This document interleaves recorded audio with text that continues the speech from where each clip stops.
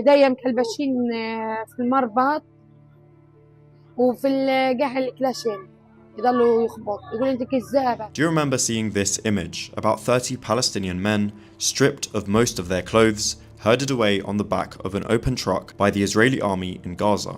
Among the men is just one woman. أنا هديل يوسف عيسى الدحدو. Hadil is the only woman on the truck, and back in December she was taken away by the Israeli army, along with her husband Rushdie, where they were interrogated and tortured in detention. This is her testimony of being beaten, buried alive and strip-searched by Israeli forces. Hadil is a mother of 2 children and was taken away from her breastfeeding child for over 80 days. When asked about her children, Hadil breaks down crying as she was separated from her 9-month-old breastfeeding son Zain and her 4-year-old son Muhammad.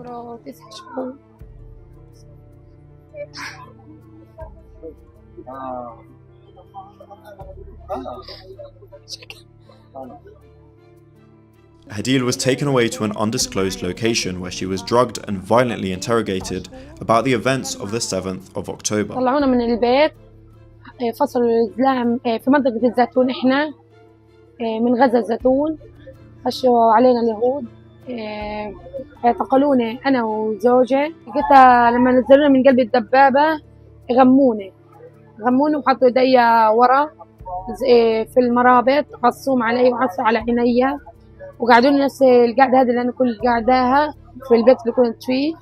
بعدين أخذوا مني فحص واخذوا من جوزي وعمي وسلفي واللي كانوا معايا في فحص برضه بعدوها خدرونا.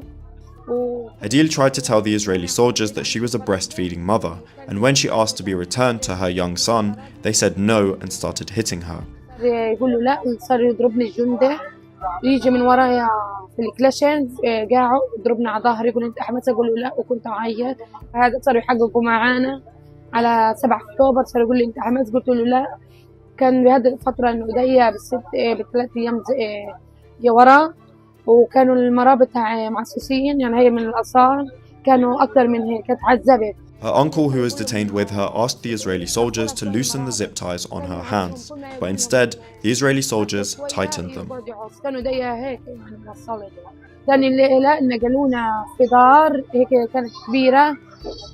كانوا فيها كثير شباب يمكن أكثر من 100 شاب وأنا في الشلة اللي كنت معاهم مرة كنت خايفة وهيك متوترة وكنت حالة انهيار صار معايا من الوجع اللي فيها كان والعناية اللي كنت نعمة يجي يعويل زي الكلب بالجندة يصير يعويل ورايا.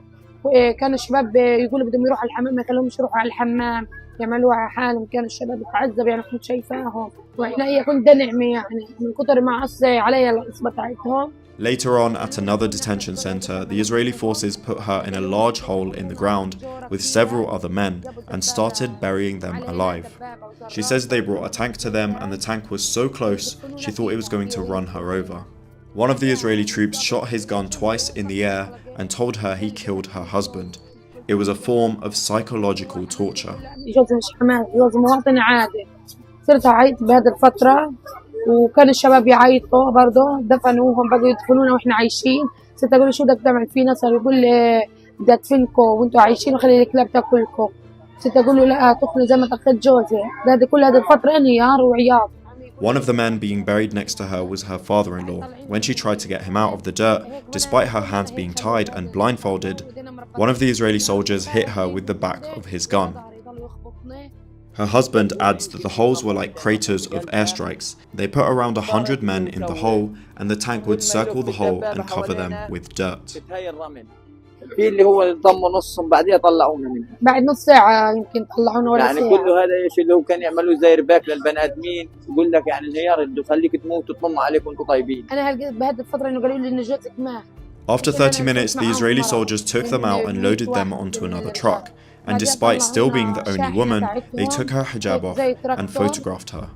نزعوا حجابه ومصورين كانوا والشباب كلهم كانوا فوقية في الشلانة اللي كنت معاهم.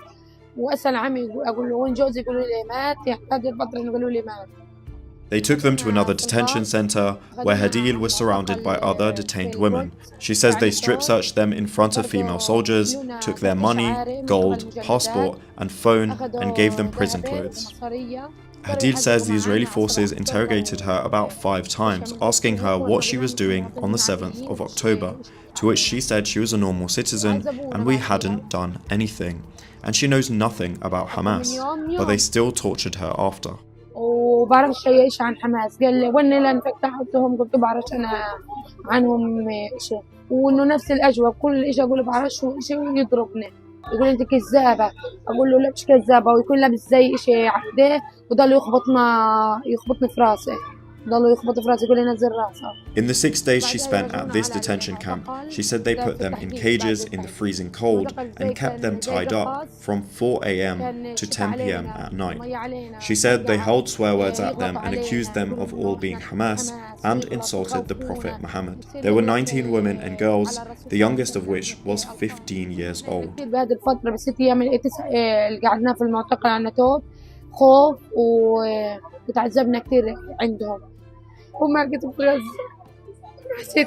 She said, why would they take them away from me? I didn't do anything to the Israelis.